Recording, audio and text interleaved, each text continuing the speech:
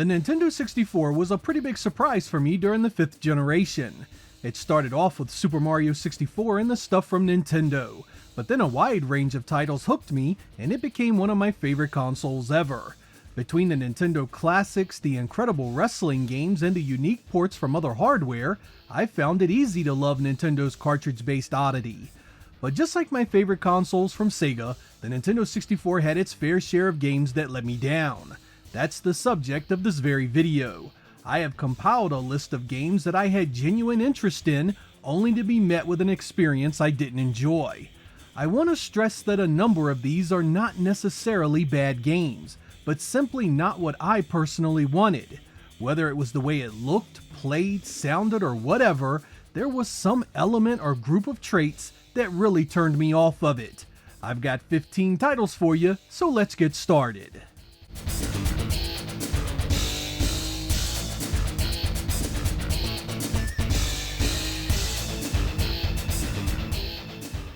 Released in late 1999 and developed by Rare, Donkey Kong 64 was to be to that series what Mario 64 had been to Nintendo's turtle-slaying plumber. On the surface, it has all the features you want in a 3D platformer: collectibles, multiple characters to play, puzzles, minigames, abilities to unlock, and a ton more of the things you associate with a good 3D platformer.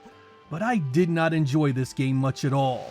It required the RAM expansion for the Nintendo 64, but I never felt the visuals were very impressive, particularly coming off the work Rare had done for Donkey Kong Country for the Super Nintendo. But what really hammered the fun factor for this was the unrelenting collecting the game forces upon you. In between the things it does well, it's a slog of searching, collecting, and covering the same ground over and over. The areas are huge, so by design this means you will be spending a lot of hours doing nothing but looking around. To put it more directly, I found this incredibly boring. The likes of Banjo and Conkers were so much better at this for me. Despite the big love most people have for it, I was just not feeling it.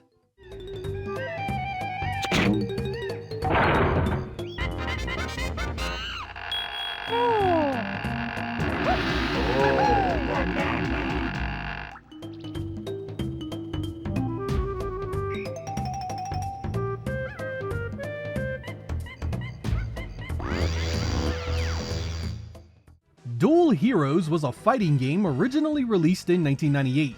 I was big into the genre at the time, so I was really looking forward to seeing what the Nintendo 64 could do with it. But this was not what I was expecting. Good grief, does this clunky mess of a Virtua Fighter clone look and play rough. The animation feels disjointed, the physics all wrong, and the base gameplay is about as uninteresting as the genre can get. It's almost like you described a fighting game to someone who had never seen one before, and then they tried to make it. It tries to bring analog control to a fighter, but that just comes off as imprecise and frustrating. The fact that Hudson Soft was tied to this mess was a huge shock. According to the developers, they attempted to make individual AI profiles for each fighter, but they failed spectacularly. It's often on worst of lists, where it earns that spot easily. Ready, fight!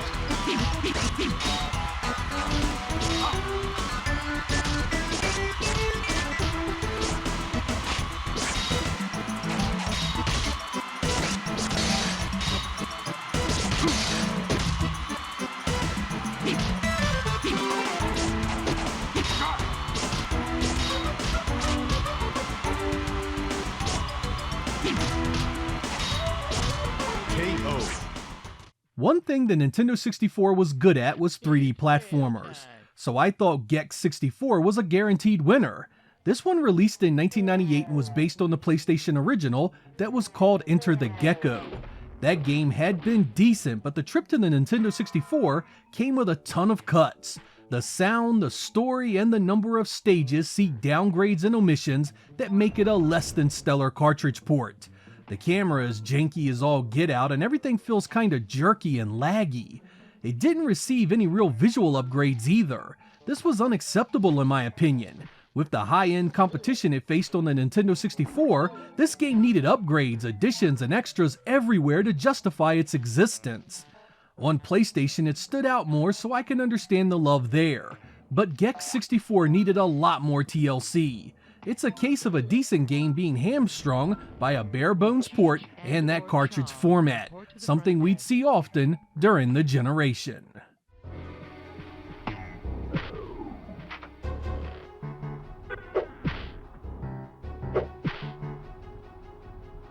Don't take career advice from Joe Piscopo.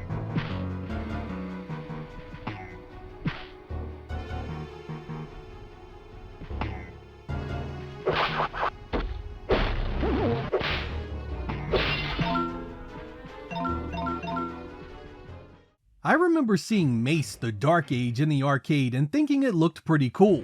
So when it came to the Nintendo 64 just 6 months later in 1997, I was interested. I mean, the fighting library for this console wasn't the best, so I was looking for anything that changed that. Except it didn't. Mace isn't an awful game, but compared to even the average fighters on other consoles, it was lacking in pretty much every area. It didn't look the best, the fighters weren't all that appealing, and the music was repetitive as hell. It's a weapons-based fighter with a very simple interface, so younger kids likely loved it to death. After a few hours with it, I just couldn't find any other reason to return. The sad part is that in this library it still stands out, but next to the likes of greats like Soul Edge, it's as shallow as a puddle.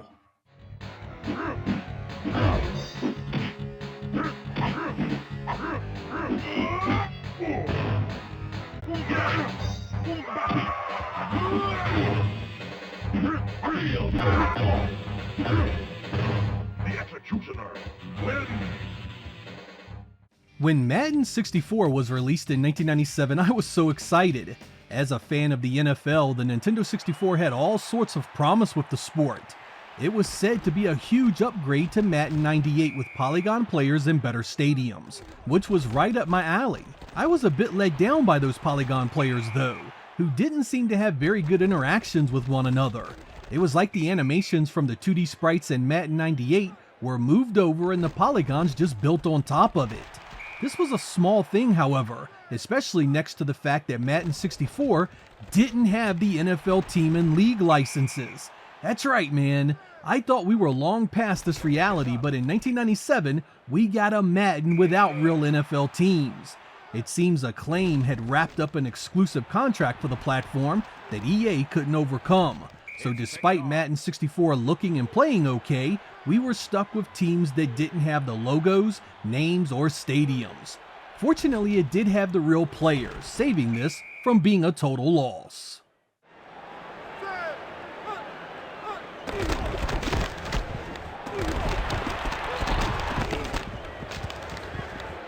Touchdown.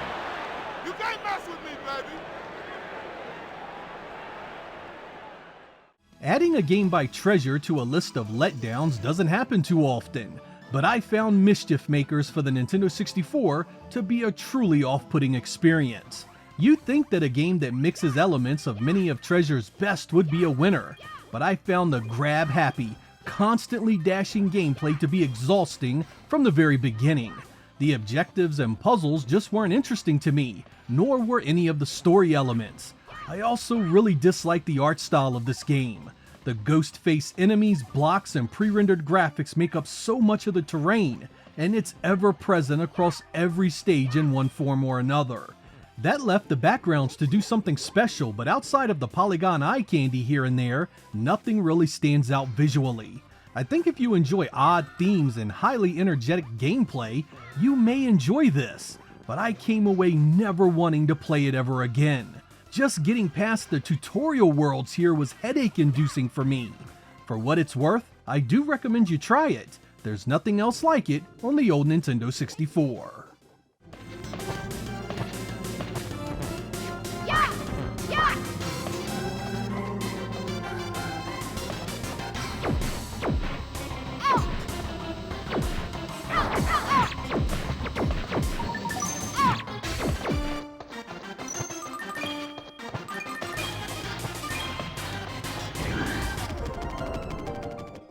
When it was announced that we'd be getting a spin-off series called Mortal Kombat Mythologies Sub-Zero, I was genuinely interested.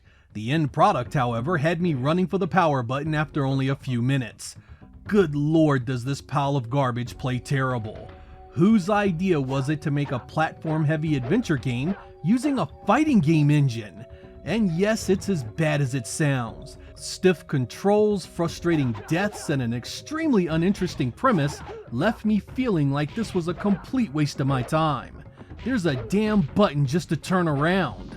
The sad part is exploring this world and backstory of these characters could have been really cool, but the game we got here was just too unresponsive and too irritating to be any fun. Some will tell you the PlayStation Edition is the better of the two, but it sucks just as much. Avoid this one unless you really want the punishment.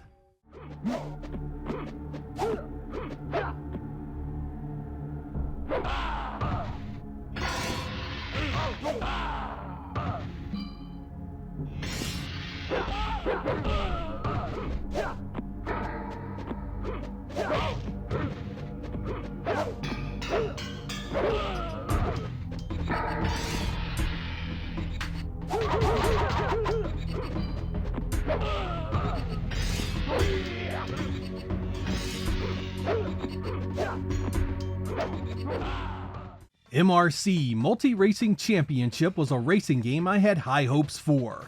It looked the part with decent visuals, and I liked the fact you could customize your vehicles. But this one fell short thanks to a gameplay model that felt far too heavy for its own good. When you get to any sort of hard turn, you need to slow down so much it destroyed your sense of speed and made it really tough to do well. In ideal weather conditions, you can tolerate this thanks to a nice grip that keeps you glued to the road. But the second you get into adverse weather or off-road conditions, forget it. This turns into a slide into the wall simulator unless you slow down to a damn crawl. This really impacts the fun factor on a number of courses, and I can't tell you how many losses I have thanks to last-minute disasters sliding off the road. Racing games that punish speed aren't my thing, and MRC is just not good enough in any other area to get my attention.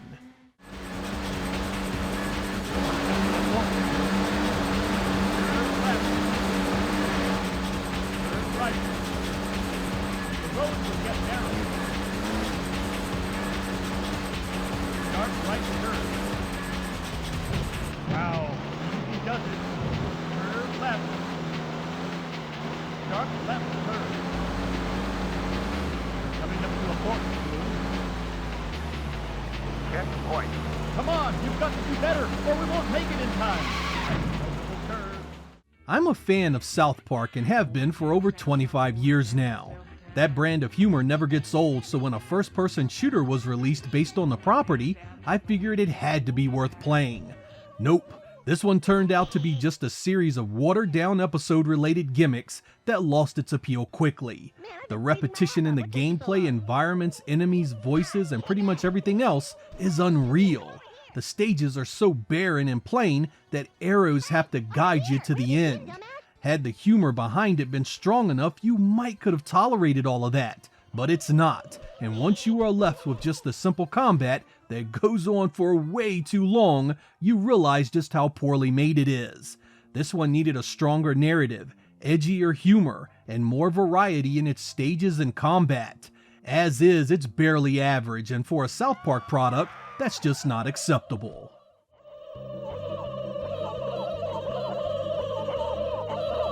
Damn it, stop hitting me! What a bunch of tree-hugging hippie crap! Damn turkey!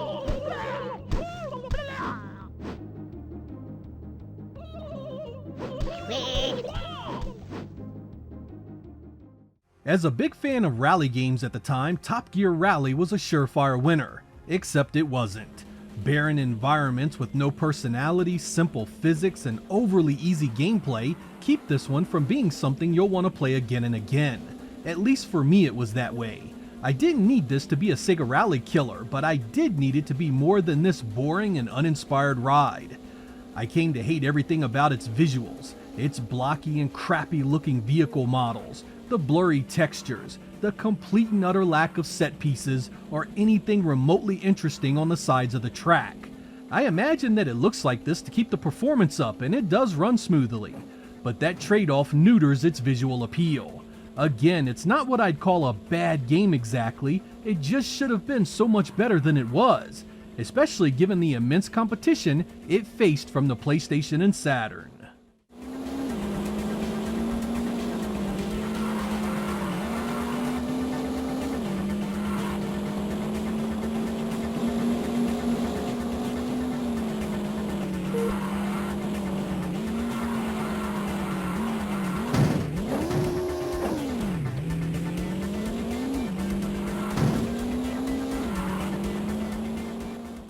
As a lover of all things Transformers, man, I was so wanting a fighting game based on that property to be good. Or at the very least okay.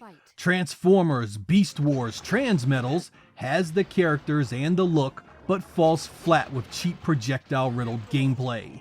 Every match is all about who can nail the other fighter the fastest with constant weapon fire. It was clearly aimed at kids, and there's nothing wrong with that. But damn, at least try and make something with some balance and variation. In the end, it's just a blastathon of super quick matches that rarely look any different from one another. Again, kids that had this back then probably loved it to death, but as someone that was already in their 20s looking for a well-made fighting game, this sure as hell won't it.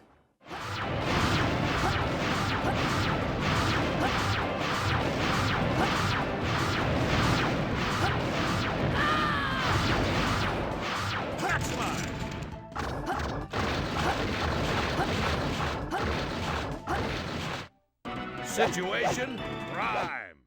Take everything I said about Mace the Dark Age and apply it to War Gods here.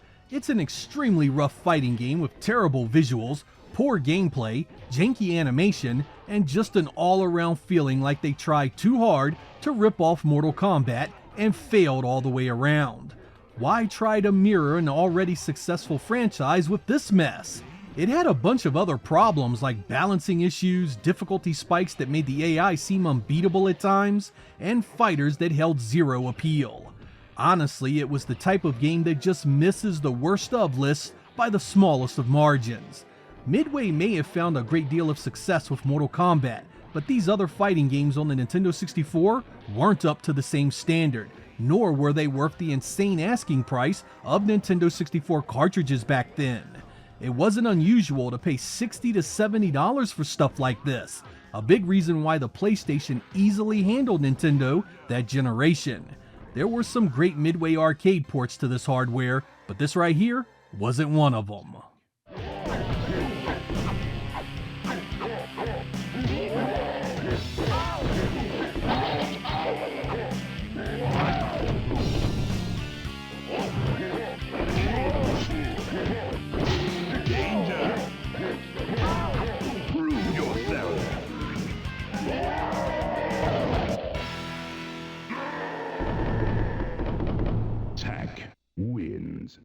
WCW had two great wrestling games on the Nintendo 64, World Tour and Revenge. But when the property turned over to Electronic Arts in 1999, the entire franchise went to hell. WCW Mayhem was a shell of what made the previous games great. The way the wrestlers interacted, the animation, the arenas, the perfect lockup mechanics, it's all gone in this nightmare of regression. The moves come off entirely too fast and you never feel in control of your opponent. I also despise the flat crowds that kill any resemblance to an actual arena. It isn't just the core of the experience that feels wrong, but also the bells and whistles around it. The commentary grates on your nerves with the same phrases echoed again and again. The way you kick out of a pinfall with your shoulders down for another second, making everyone feel like you're being robbed. There's a bunch of wrestlers here, but it feels so disconnected from what made the THQ published games so great, and I can't stomach any of this for any real length of time. This one's not good, but there would be another that was far worse. Knee drop. Great move. DDT. Great anticipation there. Bulldog. Goodness.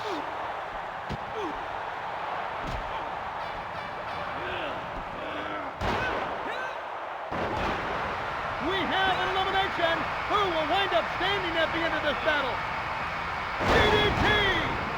What are we going to see next? As if WCW Mayhem didn't do enough to kill that brand, the follow-up, WCW Backstage Assault, was a decisive finishing move no one could kick out of.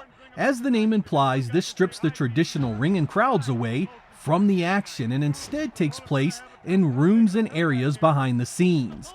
It's all hardcore rules where pinfalls and submissions count anywhere. This would be fine as an extra mode in a fully featured game, but for the entire thing to be this way reeks of outlaw mud show nonsense. It takes the absurdity of professional wrestling to new heights. You can beat down enemies with metal poles, crates, pallets, and other devious weapons on top of doing finisher caliber moves like DDTs, pile drivers, and choke slams on concrete floors, only to watch the performers get up like nothing bad had just happened. The illusion of pro wrestling should be these moves hurt and have consequences, and the second it sheds that, it becomes a performance duet of flashy acrobatics and turns into something else entirely. And Backstage Assault was something else indeed. Indie marks may love it, but old school Southern wrestling vets will absolutely despise it. Reversal.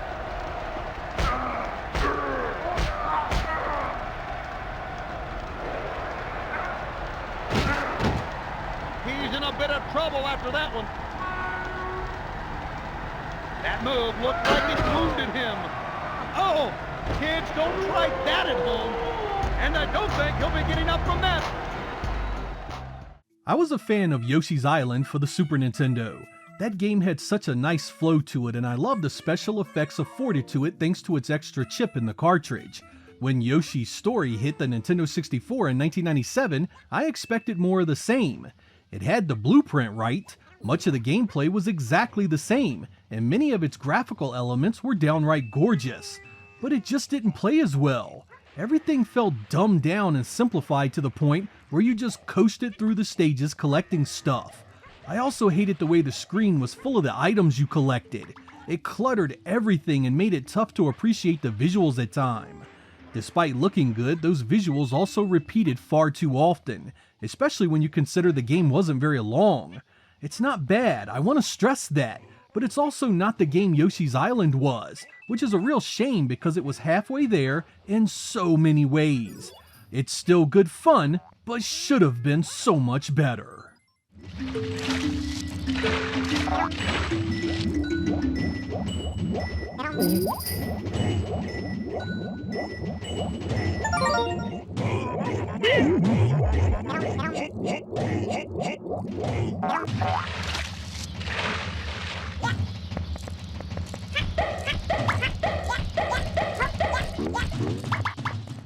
I want to say it again that not all these games were terrible. There's a big difference in a game that lets you down versus a game you think outright sucks or is completely worthless. A number of these I'd even recommend you try for yourselves because there's enough there that you'll likely enjoy some of them. That's the funny thing about video games. Like a lot of artistic-based media, sometimes the strangest things can turn you off. Sometimes it's the way it sounds, sometimes it's the gameplay that rubs you the wrong way, and even the visuals can leave you so put off you just don't want to play it anymore. Another big factor is expectation. Every now and then you work yourself up with visions of a game that are never met, leaving you disappointed that it's not what you wanted. I can't tell you how many times over the years I have set a goal so high for an upcoming game, only to see it fall well short. I think that's why games that come out of left field often have the strongest appeal. When you have no expectations attached, the game is allowed to organically grow on you, and you are far more open to it. As I've gotten older, I find myself watching trailers and gameplay videos less and less, trying to recapture that kind of magic more often. I'm Sega Lord X, thank you guys for watching, and I will catch you next time.